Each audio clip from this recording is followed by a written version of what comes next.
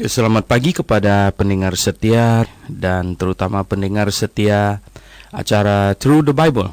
Anda bersama dengan saya, Dr. Suhento Liao dan istri Liu Linin. Kita puji syukur kepada Tuhan yang memimpin kita tiap-tiap pagi. Kita bisa mempelajari firman-Nya. Atas kasih karunia-Nya, hari ini kita tiba di Kitab Wahyu pasal yang ke-12. Kitab Wahyu pasal yang ke-12. Tidak terasa kita sudah mendekati bagian akhir dari perjalanan kita. Mari sebelum kita membaca dan membahasnya, kita berdoa terlebih dahulu. Bapa Surgawi, kami pagi hari ini datang dengan hati yang sembah sujud kepadamu, dengan pikiran yang terarah kepadamu, dan memohon berkat-Mu, pimpinan-Mu dalam kami mempelajari kebenaran firman-Mu. Tuhan, tolonglah kami, bukakanlah akal budi kami, celikanlah mata rohani kami, agar kami dapat memandang perkara-perkara rohani dan dapat memahaminya dengan sebaik-baiknya. Kami berdoa dalam nama Tuhan Yesus Kristus. Amin. Oke, pendengar yang kami kasih dalam Yesus Kristus, Lilin akan membacakannya, hanya ada 18 ayat saja, silakan. Demikian bunyi firman Tuhan ayat 1. Maka tampaklah suatu tanda besar di langit, seorang perempuan berselubungkan matahari dengan bulan di bawah kakinya dan sebuah mahkota dari 12 bintang di atas kepalanya. Ia sedang mengandung dan dalam keluhan dan penderitaannya hendak melahirkan, ia berteriak kesakitan. Maka tampaklah suatu tanda yang lain di langit, dan lihatlah, seekor naga merah padam yang besar, berkepala 7 dan bertanduk 10, dan di atas kepalanya ada 7 mahkota.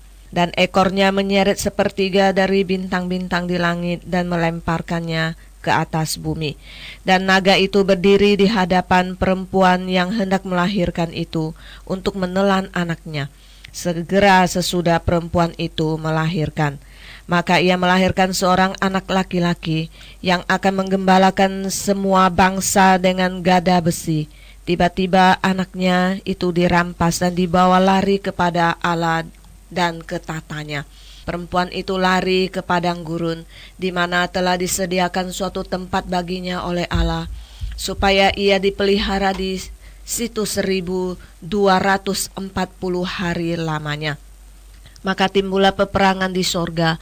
Mikhail dan malaikat-malaikatnya berperang melawan naga itu, dan naga itu dibantu oleh malaikat-malaikatnya. Tetapi mereka tidak dapat bertahan, mereka tidak mendapat tempat lagi di sorga.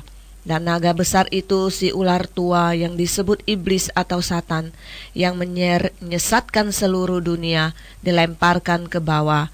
Ia dilemparkan ke bumi bersama-sama dengan malaikat-malaikatnya. Dan aku mendengar suara yang nyaring di surga berkata, sekarang telah tiba keselamatan dan kuasa dan pemerintahan Allah kita dan kekuasaan Dia yang diurapinya, karena telah dilemparkan ke bawah pendakwa saudara-saudara kita yang mendakwa mereka siang dan malam di hadapan Allah kita. Dan mereka mengalahkan Dia oleh darah anak domba dan oleh perkataan kesaksian mereka. Karena mereka tidak mengasihi nyawa mereka sampai ke dalam maut. Karena itu bersukacitalah, hai sorga dan hai kamu sekalian yang diam di dalamnya.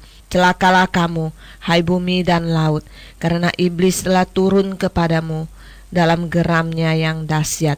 Karena ia tahu bahwa waktunya sudah singkat.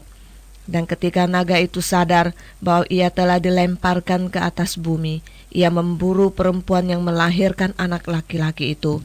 Kepada perempuan itu diberikan kedua sayap dari burung nasar yang besar, supaya ia terbang ke tempatnya di padang gurun, di mana ia dipelihara jauh dari tempat ular itu selama 1 masa dan 2 masa dan setengah masa. Lalu ular itu menyemburkan dari mulutnya air sebesar sungai ke arah perempuan itu, supaya ia dihanyutkan sungai itu. Tetapi bumi datang menolong perempuan itu. Ia membuka mulutnya dan menelan sungai yang disemburkan naga itu dari mulutnya. Maka marahlah naga itu kepada perempuan itu, lalu pergi memerangi keturunannya yang lain, yang menuruti hukum-hukum Allah dan memiliki kesaksian Yesus. Dan ia tinggal berdiri di pantai laut. Ya, oke, pendengar yang kami kasih dalam Yesus Kristus, ya. Kita sudah sampai di pertengahan kitab Wahyu. Kita sudah pelajari tentang zaman gereja, pengangkatan, kemudian diikuti oleh tula-tula. Dan sangkakala, ya, metrai, 7 metrai, kemudian sangkakala. Kemudian kita juga telah mempelajari di pasal 10 tentang, ya, kitab yang dimakan dan kemudian yang diberitakan. Dan kemarin kita bicara tentang dua saksi yang Tuhan pakai pada zaman tribulation untuk memberitakan, untuk bersaksi, ya, dengan gagah berani, dengan tanpa kompromi, dengan, ya, sungguh-sungguh, ya, berdiri teguh di atas kebenaran. Nah, pendengar yang kami kasih dalam Yesus Kristus, hari ini kita sampai di pasal yang ke-12, ya. Di pasal yang ke-12. Nah, kelihatannya di pasal yang ke-12 ini adalah mengenai kisah bagaimana, ya, asal usulnya sampai bisa ada masa tribulation, ada masa di mana bangsa Yahudi bisa dibenci, ya. Bagaimana dia bisa menjadi bangsa yang dimusuhi oleh si naga itu, gitu, ya. Jadi, nah, pendengar yang kami kasih dalam Yesus Kristus, ya. Jadi sekali lagi, kitab Wahyu itu pasal per pasalnya, bahkan itu bukan secara urutan, gitu. Karena ini penglihatan, ya. Ini penglihatan, bahkan ada sebagian kejadian di sorga dan sebagian kejadian di bumi. Jadi bisa waktu yang bersamaan, ya, tetapi ketika mencatatnya, ya, tentu di dalam hal mencatat, tanya dituangkan ke dalam tulisan, pasti ada duluan, ada belakangan. Padahal peristiwa itu terjadi bersamaan, ya.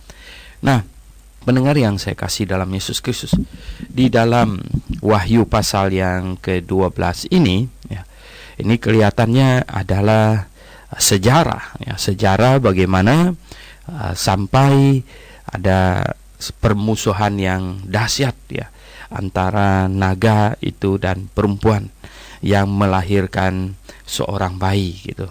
Jadi ada permusuhan, ada dendam kusumat yang sedemikian besar pada naga itu, ya.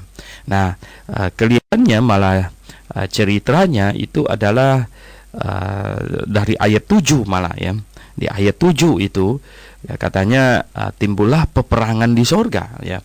Jadi, ya, timbullah peperangan di sorga, ya. Mikhail dan malaikat-malaikatnya berperang melawan naga itu, gitu, ya. Jadi terjadi peperangan di sorga, satu peperangan yang dahsyat. Nah, di dalam bagian Alkitab yang kita baca ini, yaitu Wahyu pasal 12 ini hampir semua teolog setuju bahwa naga, perempuan, semuanya itu adalah figuratif, ya. Figuratif artinya simbolik, ya. Jadi bintang, bulan dan lain sebagainya, ya. Ini sebuah gambaran, karena di sini Yohanes sudah berkata satu tanda atau satu Simeon, ya, kalau dalam bahasa Yunaninya, ya, itu satu tanda. sesuatu yang menandakan sesuatu apa gitu ya. Jadi suatu tanda, bahkan bisa diterjemahkan juga satu peringatan gitu, di omen ya. Jadi satu tanda, a sign, atau satu peringatan gitu. Nah, pendengar yang saya kasih dalam Yesus Kristus, yaitu di sini kita lihat ada beberapa figur yang terlibat di dalamnya, yaitu ada perempuan di situ ya, ada naga, ada keturunan perempuan ya, dan keturunannya yang lain ya, dan lain sebagainya. Nanti kita lihat akan semuanya itu, kita lihat ya, akan ada kecocokan, mesti akan ada kecocokan di dalamnya. Nah, kelihatannya itu dimulai di sorga, yaitu terjadi peperangan antara ya malaikat ya Mikhael dan malaikat-malaikatnya berperang melawan naga itu kan ya. Dan naga itu ya dibantu oleh malaikat-malaikatnya. Nah, rupanya naga di sini ya sudah jelas dikasih tahu di ayat 9 ya, bahwa dia adalah iblis dan iblis atau setan itu. Jadi itulah dia si Lucifer itu ya. Kelihatannya sudah tidak lain lagi bahwa dia adalah Lucifer ya. Nah, pendengar yang saya kasih dalam Yesus Kristus, kalau kita buka di Daniel ya, kita lihat di Daniel pasal yang ke-10 ya. Daniel pasal yang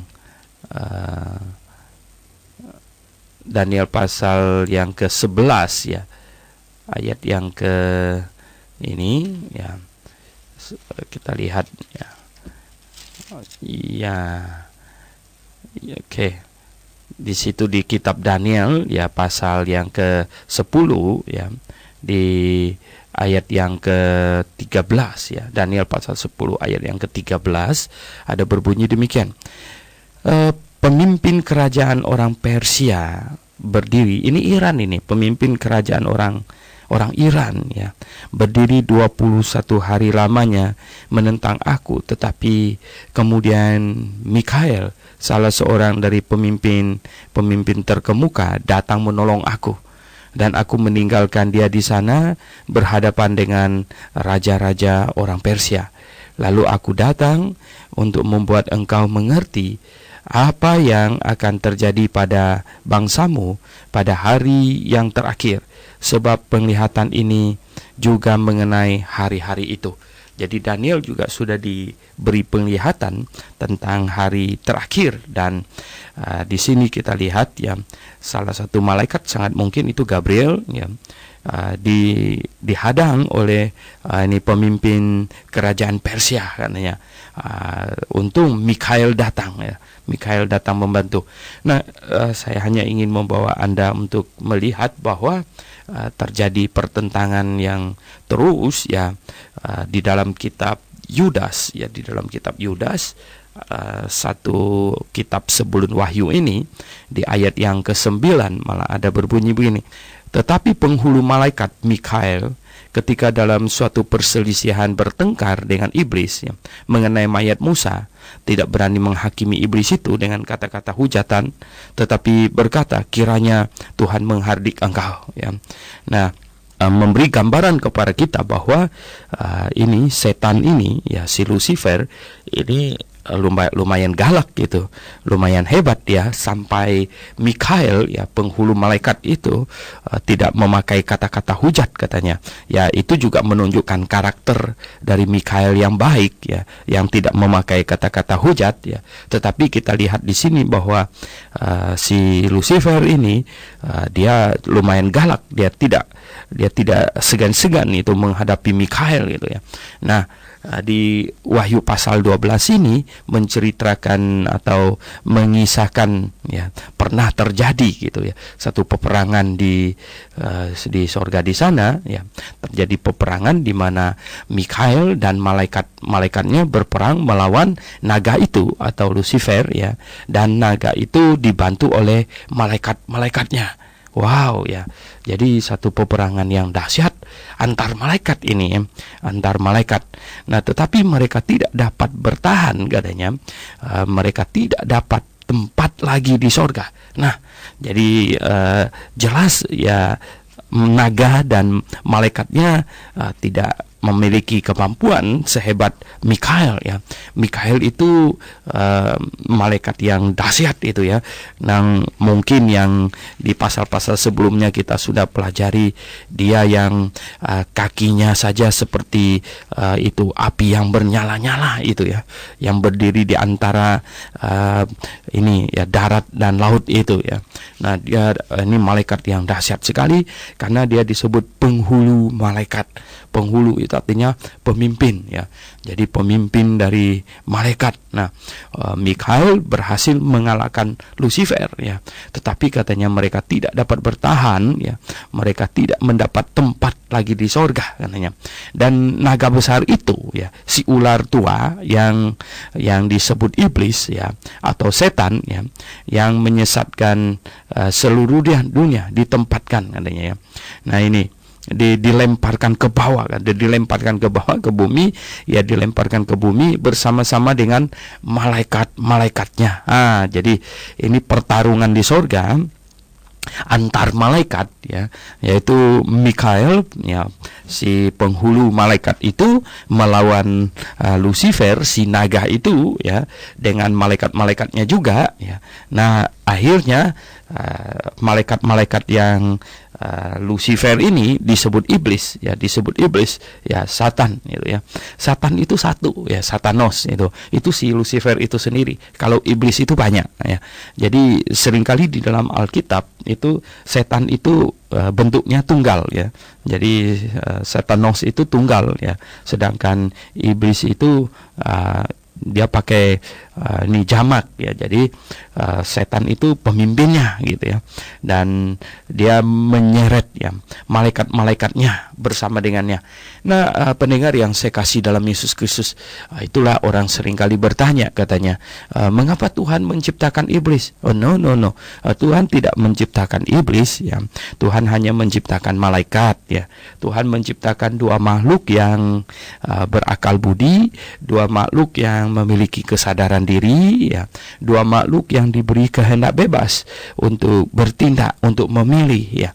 Nah, pendengar yang saya kasih dalam Yesus Kristus ya, Tuhan mengharapkan makhluk yang berakal budi, makhluk yang bisa berpikir, memiliki kesadaran diri, yang berkehendak bebas ya, akan mengasihinya, akan menyembahnya, mengasihinya dengan sukarela dan dengan sukacita gitu ya.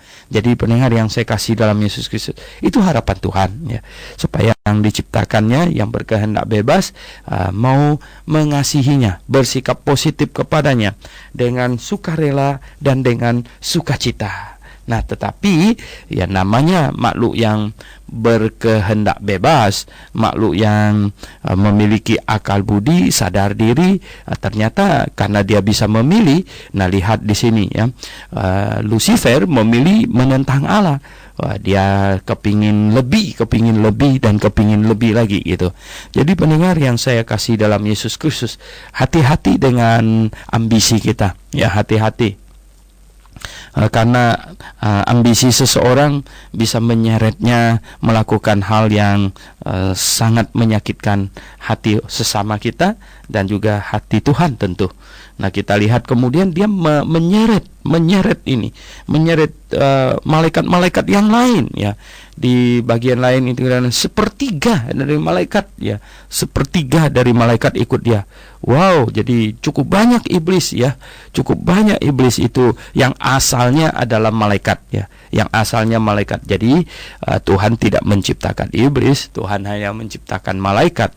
Nah, cuman malaikat ini membangkang ya, menentang Allah, dan untuk membedakan mereka dari malaikat yang setia, maka mereka diberi sebutan yang lain lagi. Sebutannya sesuai dengan perbuatan mereka. Iblis itu disebut pendusta ya, diabolos ya. Jadi itu pendusta ya. Nah, setan ya. Jadi dia pendusta itu. Nah, diberi sebutan yang lain. Nah, seperti kita juga ya, orang yang Tuhan tidak menciptakan pencuri gitu. Tuhan hanya menciptakan manusia yang baik-baik gitu. Ya, cuman kemudian orangnya mencuri lalu dikasih nama lain jadi pencuri gitu ya. Jadi pendengar yang saya kasih dalam Yesus Kristus, itu terjadi di sorga di sana. Nah, dan itulah ya, di sini kita lihat di pasal 12, kita kembali ke ayat 1-nya ya, tampaklah satu tanda besar di langit katanya. Tanda besar di langit ya. Jadi ada satu ini penglihatan tanda gitu ya. Seorang perempuan berselubungkan matahari ya dengan bulan di bawah kakinya dan sebuah mahkota ya dari 12 bintang di atas kepalanya ya. Nah, ini siapa ini ya? Ini perempuan mana ini gitu. Jadi pendengar yang saya kasih dalam Yesus Kristus ya, teolog-teolog semuanya telah berusaha untuk menggali hal ini dan berusaha menjelaskannya. Oh, ada banyak penjelasan, tetapi menurut saya yang masuk akal di sini itu adalah bahwa perempuan ini maksudnya adalah ini ya, bangsa Yahudi. Ini bukan satu orang perempuan, tetapi di sini adalah secara figuratif ya. Secara figuratif di sini perempuan ini maksudnya satu bangsa Yahudi ya. Bangsa Yahudi ya. Kita lihat ya, perempuan satu bangsa Yahudi dengan katanya berselubungkan matahari dengan bulan di bawah kakinya. Nah, pendengar yang saya kasih dalam Yesus Kristus, masih ingatkah Anda mimpi Yusuf ya, bahwa ini Yakub itu dimimpikan itu seperti matahari, ibunya itu bulan ya, dan kemudian saudara-saudaranya ada 12 bintang gitu ya, dan 12 bintang itu dan matahari semuanya menyembah kepadanya. Nah, jadi pendengar yang saya kasih, yang 11 bintang tentu maksudnya, pendengar yang kami kasih dalam Yesus Kristus ya, kita lihat di sini ini adalah satu gambaran tentang bangsa Yahudi, yaitu perempuan yang berselubungkan matahari dengan bulan di bawah kakinya dan sebuah mahkota ya, memakai mahkota dari 12 bintang di atas kepalanya. Jadi ada 12 suku ya, dengan 12 bintang di atas kepalanya gitu. Jadi ini adalah gambaran tentang bangsa Yahudi. Nah, ia sedang mengandung dalam keluhan dan penderitaannya hendak melahirkan, ia berteriak kesakitan. Nah, jadi pendengar yang saya kasih dalam Yesus Kristus ya, ini adalah figuratif sekali lagi ya. Tidak perlu kita melihat bahwa ini Maria mau melahirkan, bukan ya.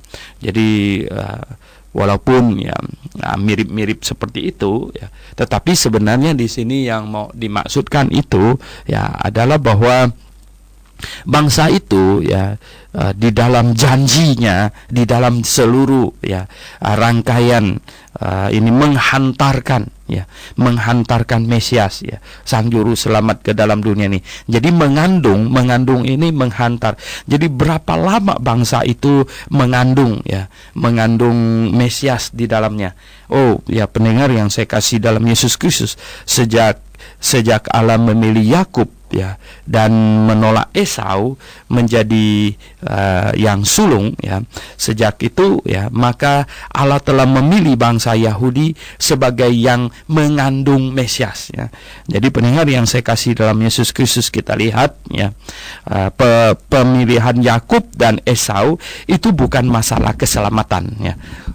John Calvin bikin kesalahan ketika dia melihat bahwa Yakub dipilih, Esau ditolak, itu adalah berhubungan dengan keselamatan. Bukan ya. Yakub dipilih, Esau ditolak, itu adalah sebenarnya sangkut pautnya itu dengan ini ya, pemilihan Mesias ya, jalur Mesias gitu ya. Jadi Yakub Yakub dipilih sebagai yang menghantarkan Mesias ke muka bumi ini ya. Nah, sedangkan Esau biasa-biasa saja, sama sekali tidak berarti ya bahwa Esau tidak bisa masuk surga gitu, atau keturunan Esau semuanya nggak masuk surga. Bukan itu ya, bukan itu. Tetapi ya sebenarnya Yakub dipilih adalah untuk ini mengandung Mesias, karena kemudian ya pendengar yang saya kasih dalam Tuhan, Yakub mempunyai anak ya, semua anak, dan jalur Mesiasnya datang dari mana? Nah, kalau kita baca di dalam Keluaran pasal yang terakhirnya, di situ ketika Yakub memberkati anak-anaknya, siapa yang dipilih? Yehuda, katanya Yehuda di situ ya. Jadi akhirnya Yehuda lah yang terpilih ya. Kalau kita lihat di kitab ini Kejadian, di kitab Kejadian pasal 49, Kejadian pasal 49 katanya, Yehuda, engkau akan dipuji oleh saudara-saudaramu, ya, tanganmu akan menekan tengkuk musuhmu, dan kepadamu akan sujud anak-anak ayahmu. Wah, lihat ya. Jadi Yehuda menjadi raja. Yehuda adalah seperti anak singa katanya. Oleh sebab itu Yesus Kristus disebut singa muda dari Yehuda ya. Setelah menerkam, engkau naik ke tempat yang tinggi ya, ke sorga, hai anakku ya, dan seterusnya. Nah, jadi akhirnya janji untuk kirim juru selamat ya, janji kirim juru selamat itu betul-betul ya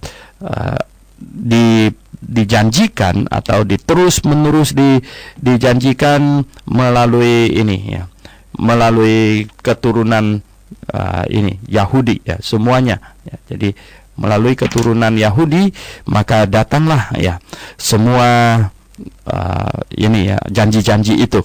Janji Tuhan mau kirim Mesias ya, itu semuanya diberikan, dan jalur Mesias jadi sejak Yakub, Yehuda, terus ya, jadi bangsa Yahudi ini mengandung Mesias ya, mengandung Mesias ya, ia sedang mengandung dalam keluhan dan penderitaan, hendak melahirkan, ia berteriak kesakitan. Nah, pendengar yang saya kasih dalam Yesus Kristus ya, betapa sulitnya bangsa Yahudi menghadirkan Mesias ke dalam dunia ini. Jadi pendengar yang saya kasih dalam Tuhan ya, kita tahu ya, iblis berusaha untuk melawan ya, mendatangkan berbagai kesulitan bagi bangsa Yahudi yang menghadirkan ini Mesias ke bumi ini. Bahkan ya Tuhan sendiri pun ya, Tuhan ya itu berusaha untuk mendidik bangsa ini ya, melalui mengirim mereka menjadi budak dan lain sebagainya ya.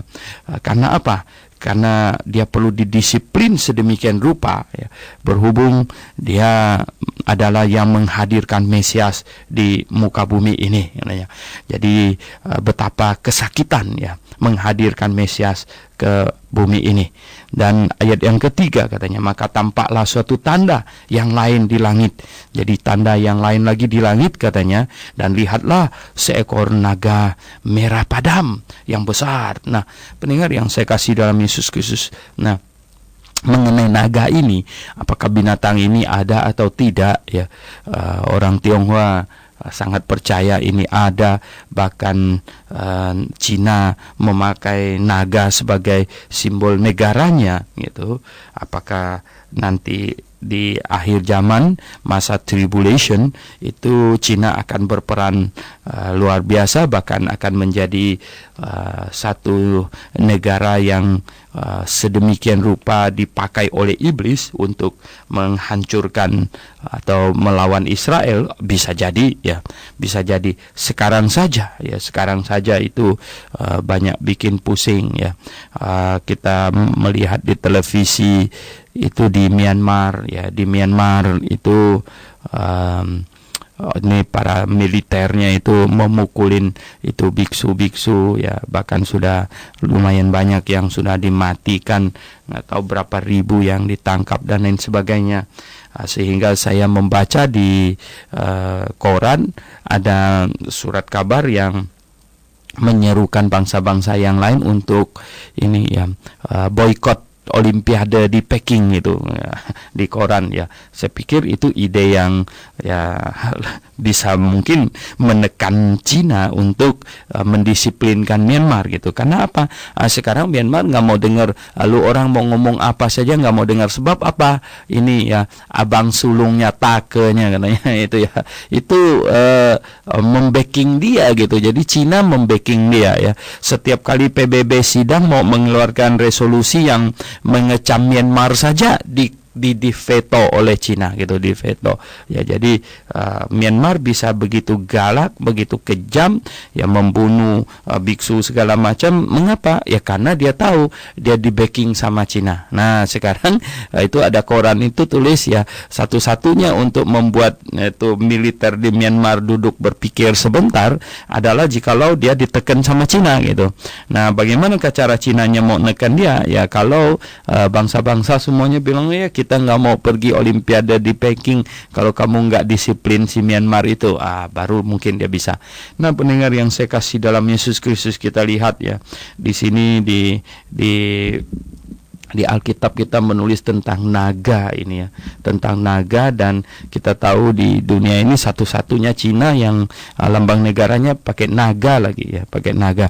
Dan sekarang ya secara ekonomi ya dia berkembang dahsyat sekali ya, dahsyat sekali. Nah pendengar yang saya kasih dalam Yesus Kristus, tetapi ya di sini ya naga merah padam ini menunjukkan betapa besar kuasanya ya, merah lagi ya, naga merah lagi, merah. Tetapi di sini ini berkepala 7 katanya dan bertanduk 10. Nah, berkepala 7 dan tanduk 10 hampir di semua bagian Alkitab ini menunjukkan Eropa ini malah ya. Eropa ya. Jadi sangat mungkin sebenarnya ini Cina gabung dengan Eropa ya, atau Cina bekerja sama dengan Eropa juga bisa jadi, karena di pasal 17 nanti kita lihat itu perempuan yang menunggangi binatang itu sekarang sedang menjadi simbol Eropa ya. Simbol Eropa itu perempuan yang menunggang binatang itu ya.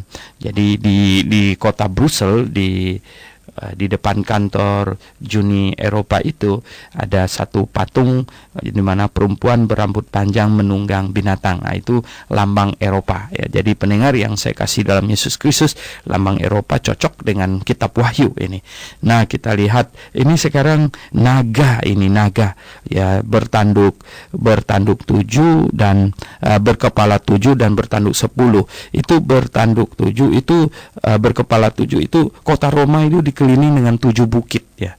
Jadi di bagian lain Alkitab itu kalau gambarannya berkepala 7 bertanduk 10 itu adalah Roma gitu, Romawi ya. Dan di atas kepalanya itu ada 7 mahkota katanya.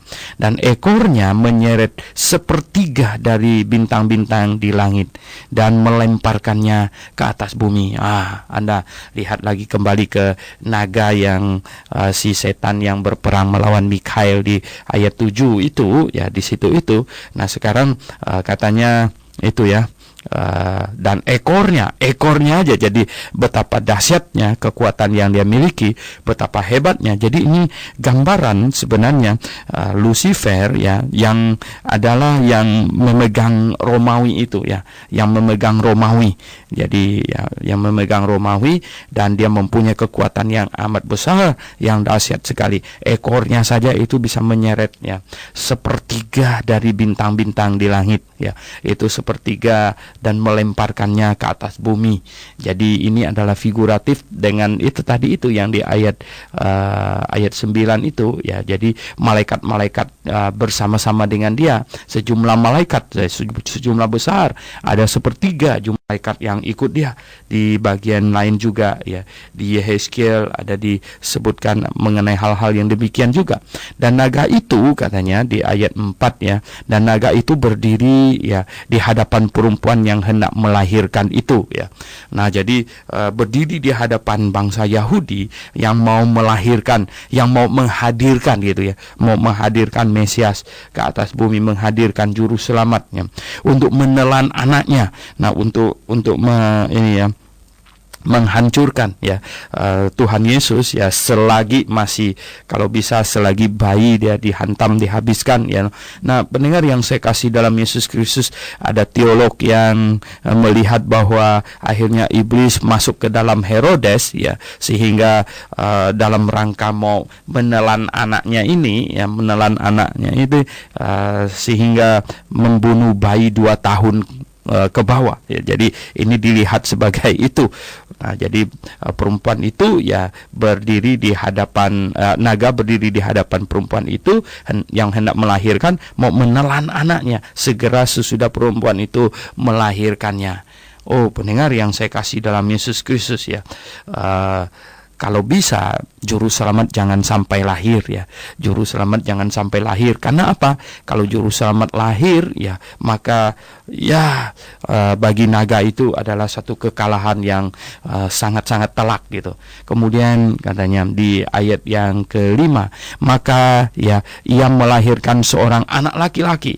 Jadi bangsa Yahudi akhirnya menurunkan seorang anak laki-laki, tentu bukan anak laki-laki biasa. Maksudnya di sini adalah Yesus Kristus yang akan menggembalakan semua bangsa dengan gada besi. Ya, dalam kerajaan 1000 tahun itu adalah Tuhan yang menjadi raja atas bumi ini dengan gada besi. Ya, dengan hukum yang strict. Tidak ada orang yang bisa berbuat nakal. Tidak ada orang yang bisa main-main. Tidak ada orang yang bisa melakukan hal yang jahat.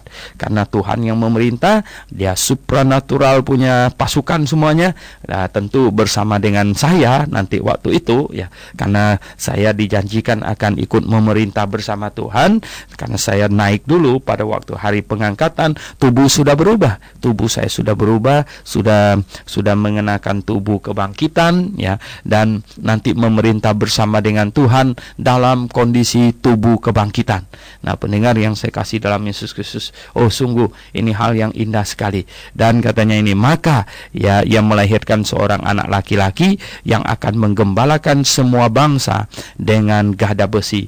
Ya, tiba-tiba anaknya itu dirampas dan dibawa lari ya kepada Allah ya, dan ke tatahnya. Nah, ini juga ada yang melihat bahwa usaha penyaliban Yesus Kristus itu adalah sebuah tragedi yang iblis kira dia menang gitu ya. Iblis kira dia menang, bahwa dia sudah berhasil, enggak taunya malah itu sebenarnya dia kalah gitu.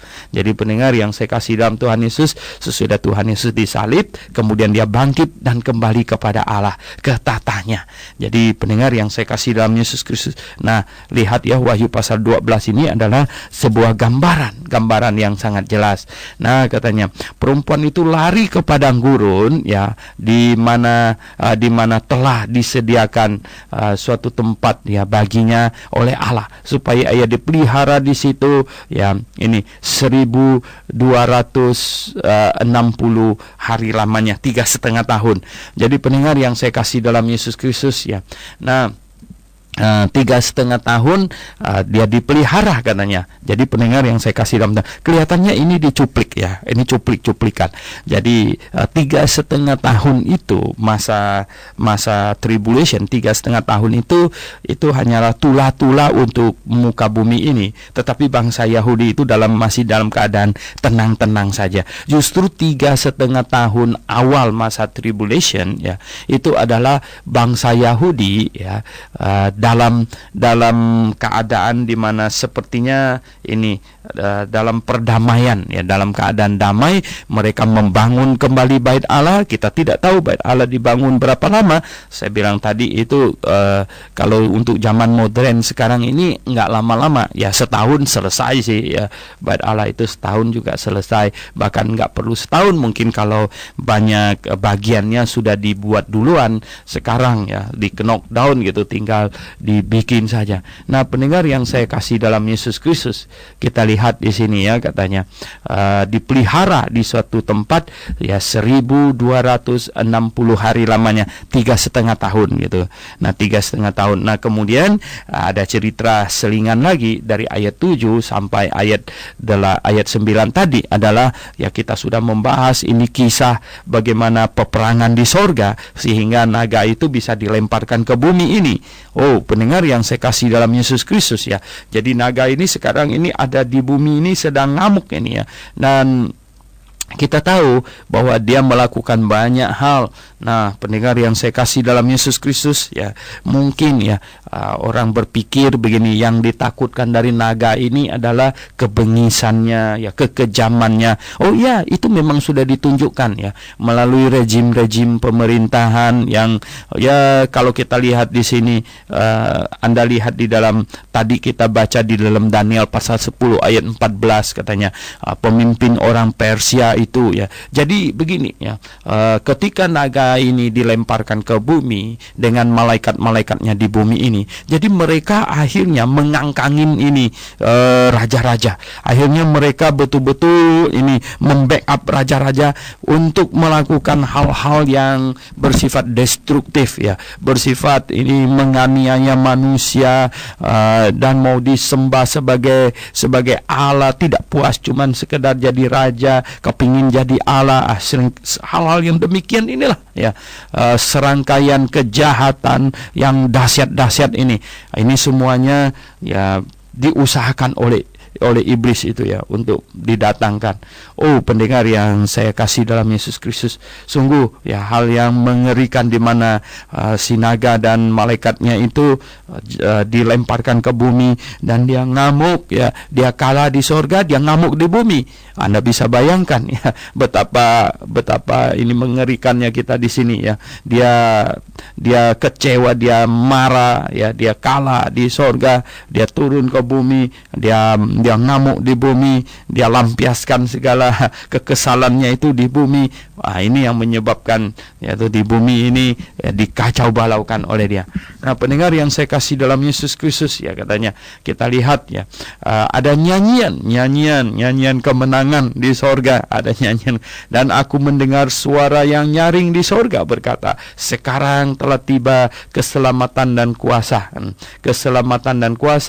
dan pemerintahan Allah kita dan kekuasaan Dia yang diurapinya. Nah, siapa yang diurapinya? Oh ya, Mesias. Ya, Mesias itu artinya yang diurapinya, Yesus Kristus ya. Karena telah dilemparkan ke bawah ya pendakwa saudara-saudara kita yang mendakwa mereka siang dan malam di hadapan Allah kita. Jadi pendengar yang saya kasih dalam Yesus Kristus, kita lihat yang diurapinya itu siapa? Mesias ya. Nah, pendengar yang saya kasih dalam Yesus, kepada pendeta yang suka menyebut dirinya orang yang diurapi, saya ingatkan Anda bisa saja Anda dihasut oleh iblis untuk menjadi Mesias ya, Mesias palsu. Hati-hati memakai istilah ya. Saya tidak mau disebut Mesias ya, karena saya tahu Mesias itu adalah Tuhan Yesus sendiri, juru selamat. Oleh sebab itu jangan menyebut saya hamba Tuhan yang diurapi, nggak usah diurap-urap ya, nggak usah diurapi ya. Nah, di sini pendakwa saudara-saudara kita, ya katanya karena ini ya, iblis ini mendakwa ya, dia pendakwah, dia ini ya bagian yang menuntut gitu ya, bagian yang menuntut ya. Jadi dia akan menuntut terus, dia menuntut Allah itu adil ya, dia menuntut Allah itu menghukum manusia yang berdosa. Nah, itulah sebabnya pendengar yang saya kasih dalam Yesus Kristus ya, dosa tidak dapat diselesaikan dengan berbuat amal, ibadah dan lain sebagainya, karena iblis ini penuntut, iblis memang mesti dihukum, nggak bisa pakai amal ya, dia sudah berdosa, dia mesti dihukum gitu. Nah, jadi karena dia menuntut dihukum itulah, maka ya tidak ada cara lain untuk menyelesaikan dosa, maka dosa harus dihukum ya, dosa harus dihukum. Itulah sebabnya maka ya perempuan itu melahirkan anak, dan kemudian ya Tuhan Yesus menyerahkan diri untuk dihukumkan di atas kayu salib. Dan ketika Tuhan Yesus terhukumkan di atas kayu salib, sebenarnya tuntutan iblis jadi diam ya, jadi nggak bisa nuntut lagi, karena sekarang dia menuntut dosa dihukum, ya oke, Allah berkata, saya hukum. Tapi yang dihukum itu adalah Tuhan Yesus Kristus. Nah, pendengar yang saya kasih dalam Yesus Kristus, maka kita bisa melihat di sini maksudnya ya mendakwa mereka siang malam dan dakwaannya berhenti gitu adalah pada waktu Tuhan Yesus terhukum di atas kayu salib. Itu dakwaan iblis itu berhenti. Sepertinya gini, dia ini ya terperanjat dan kehilangan kata-kata. Dia mau menuntut dihukum, memang sudah dilaksanakan hukuman gitu. Nah, itulah sebabnya ya tidak ada keselamatan melalui berbuat amal, karena iblis menuntut orang berdosa harus dihukum gitu. Oleh sebab itulah hukuman dijatuhkan dan Yesus Kristus yang menanggung, dan barang siapa yang akan diselamatkan, barang siapa yang mau diselamatkan harus mengaku diri orang berdosa, menyesali dosanya, dan kemudian ya percaya kepada Tuhan Yesus. Percaya apa? Percaya bahwa Yesus menggantikan saya dihukum atas semua dosa saya. Iblis menuntut saya dihukum ya. Karena saya berdosa, iblis menuntut saya dihukum dan Yesus Kristus menggantikan saya dihukum gitu. Ah, inilah ya indahnya. Nah, kita lihat ya, katanya dan mereka mengalahkan dia oleh darah anak domba. Lah, lihat ya. Jadi dia dikalahkan melalui apa? Darah anak domba gitu. Darah anak domba itu bukti bahwa Yesus Kristus sudah dihukumkan, dan oleh perkataan kesaksian mereka. Jadi kesaksian dari orang-orang yang percaya Tuhan Yesus, semakin kita bersaksi, iblis semakin dia dikalahkan terus, karena mereka tidak mengasihi nyawa mereka sampai ke dalam maut. Jadi terlebih oleh orang-orang yang bersaksi terus tanpa mempedulikan nyawanya gitu. Wah, iblis dikalahkan oleh hal-hal yang demikian ya, kesaksian yang ayat 12. Karena itu bersukacitalah, hai sorga dan hai kamu sekalian yang diam di dalamnya. Oh, tentu sorga bersukacita. Bersukacita apa? Iblis dikalahkan melalui darah anak domba dan melalui kesaksian dari pengikut-pengikutnya. Celaka kamu hai bumi, katanya. Tapi orang-orang di bumi ini, hai bumi dan laut, karena iblis telah turun kepadamu dalam geramnya yang dahsyat. Waduh, dia makin geram ini ya, karena ia tahu bahwa waktunya sudah singkat. Waktunya sudah singkat. Nah, pendengar yang saya kasih dalam Yesus Kristus, kita lihat ya, sungguh mengerikan. Ini iblis lagi ngamuk, ini kita bisa bayangkan ya, kalau iblis ngamuk itu kan mengerikan. Oleh sebab itu, pendengar yang saya kasih dalam Yesus Kristus, semakin mendekati hari kedatangan Tuhan ya, iblis semakin dahsyat. Dia bekerja sedemikian giatnya ya, dia bekerja hampir non-stop ya, siang malam tentu ya. Semua anak buahnya dikerahkan untuk bekerja dengan lebih giat. Untuk apa? Ya, untuk menyesatkan manusia. Nah, pendengar yang saya kasih dalam Yesus Kristus, tadi saya katakan bahwa manusia seringkali terpukau, mungkin pikir ini penganiayaan yang dahsyat ini ya, kekuatan yang dimiliki oleh antikristus. Sebenarnya yang kita perlu waspadai itu bukan masalah kekuatan atau bukan masalah ini penganiayaan fisik yang sebenarnya yang berbahaya. Yang sangat-sangat berbahaya sekali itu adalah apa? Itu penyesatan ya. Dia memunculkan berbagai-bagai pengajaran di muka bumi ini. Dia memunculkan agama, dia memunculkan berbagai-bagai pengajaran di muka bumi ini, sehingga orang mengikuti ya. Hampir tidak ada adat istiadat bangsa yang tidak terkontaminasi oleh iblis ya. Hampir tidak ada ya. Jadi Anda duduk tenang, jangan marah dulu ya. Renungkan ya, tiap-tiap bangsa di muka bumi ini mempunyai adat istiadat ya, dan Anda coba cek ya, duduk tenang ngecek gitu ya, dalam adat istiadat suku bangsa Anda ya, apa saja yang ada unsur-unsur mistik di dalamnya, unsur tahayul segala macam itu terkontaminasi oleh iblis yang ikut ambil bagian di dalamnya. Nah, pendengar yang saya kasih dalam Yesus Kristus, katanya dari ayat 13, dan ketika naga itu sadar bahwa ia telah dilemparkan di atas bumi, ia memburu perempuan yang melahirkan anak laki-laki itu. Jadi dia memburu itu bangsa Yahudi ya, kepada perempuan itu ya, diberikan kedua sayap dan dari burung nasar yang besar, supaya ia terbang ke tempatnya di padang gurun ya, tempat di mana dia didisiplinkan. Sebenarnya padang gurun itu adalah tempat didisiplinkan. Jadi bangsa Yahudi sempat didisiplinkan ya. Bangsa Yahudi ini memang ya, sesudah tidak lama Yesus Kristus kembali ke sorga, akhirnya bangsa Yahudi dikocar-kacirkan ya ke mana-mana ya, pergi sampai ke Eropa, menghadapi Hitler, ke Amerika dan lain sebagainya, supaya ia terbang ke tempatnya di padang gurun, di mana ia dipelihara jauh dari tempat ular itu selama ya 1 masa, 2 masa dan setengah masa. Nah 3,5 tahun bangsa Yahudi dalam keadaan damai sejahtera. Lalu ular itu menyemburkan dari mulutnya air sebesar sungai. Nah ini fenomena alam ya, ke arah perempuan itu supaya ia dihanyutkan sungai itu. Nah maksudnya bangsa ini akhirnya ya dihalangi untuk membentuk satu bangsa ya. Cukup lama ya, 2000-an tahun, 1000 tahun lebih ini bangsa Yahudi hampir tidak ada ya, dihalangi ya. Tetapi bumi datang menolong perempuan itu katanya, yang membuka mulutnya dan menelan sungai yang disemburkan naga itu dari mulutnya. Jadi akhirnya Tuhan menolong ya melalui ini fenomena alam juga. Nah, ayat yang ke-17 yang menarik bagi kita adalah maka marahlah naga itu kepada perempuan itu, lalu pergi memerangi keturunannya yang lain. Nah keturunannya yang lain katanya, yang lain. Nah keturunan yang lain itu ya banyak penafsir, semuanya menafsirkan ini maksudnya orang Kristen, ini pengikut Mesias ya, yang percaya kepada Tuhan Yesus Kristus, itu pengikutnya yang lain, yang menuruti hukum-hukum Allah dan yang memiliki kesaksian Yesus. Ini orang Kristen. Jadi pendengar yang saya kasih dalam Yesus Kristus, akhirnya naga itu memburu orang Kristen ya di mana-mana.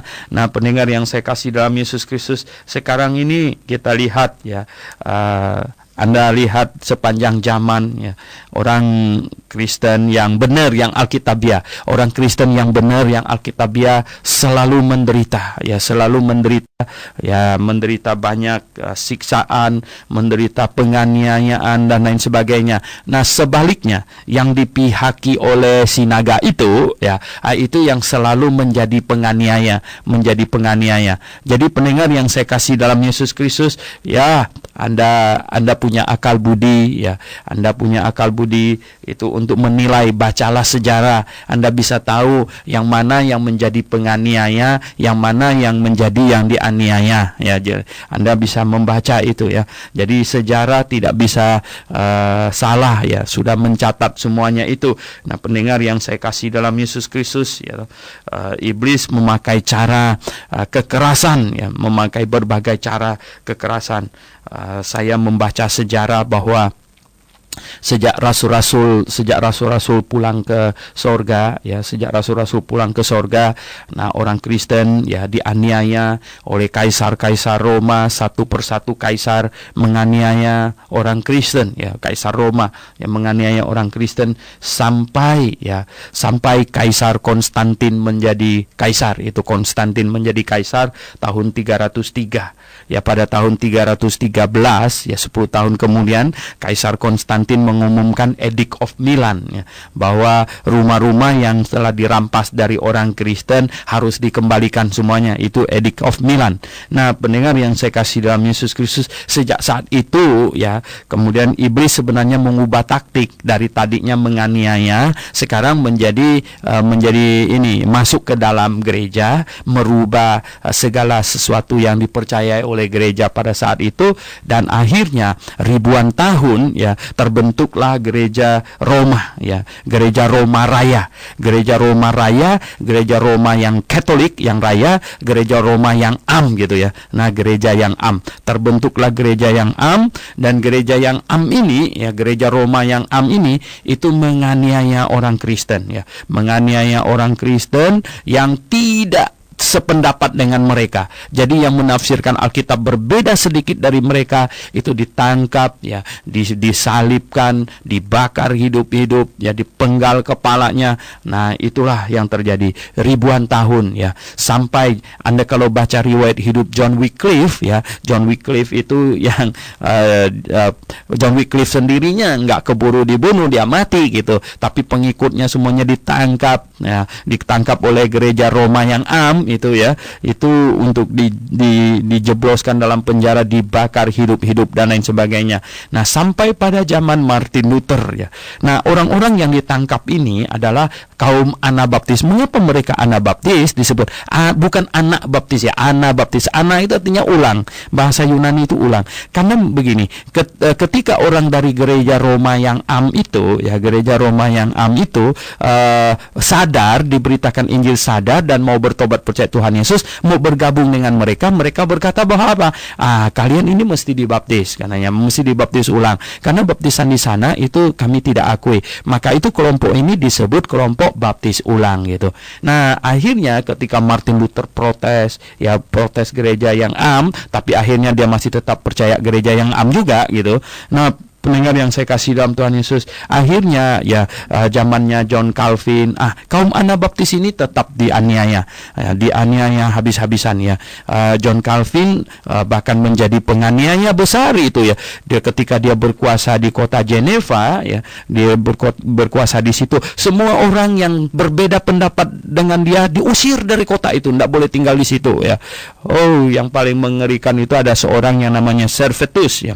Servetus itu ya, walaupun saya tidak setuju dengan Servetus ya, tetapi Servetus itu mengkritik Calvin amat sangat. Kemudian dia ditangkap ya, singkat kata dia ditangkap, kemudian dia dibunuh. Nah, pendengar yang saya kasih dalam Yesus Kristus ya, inilah aktivitas yang dilakukan oleh naga itu terhadap ini ya, terhadap anak yang lain ya, keturunan lain dari perempuan itu, yaitu yang memiliki kesaksian Yesus. Nah, yang memiliki kesaksian Yesus. Jadi pendengar yang saya kasih dalam Yesus Kristus, coba mohon hikmat dari Allah, kelompok mana yang adalah yang sungguh memiliki kesaksian Yesus Kristus, kelompok mana, dan kelompok mana yang sebenarnya itu adalah miliknya si naga itu ya. Jadi naga merah itu ya. Jadi pendengar yang saya kasih dalam Yesus Kristus, mari ya mohon hikmat dari Tuhan.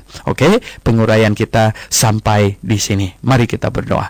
Bapa di sorga, kami sudah mempelajari firman-Mu, kitab Wahyu pasal yang ke-12.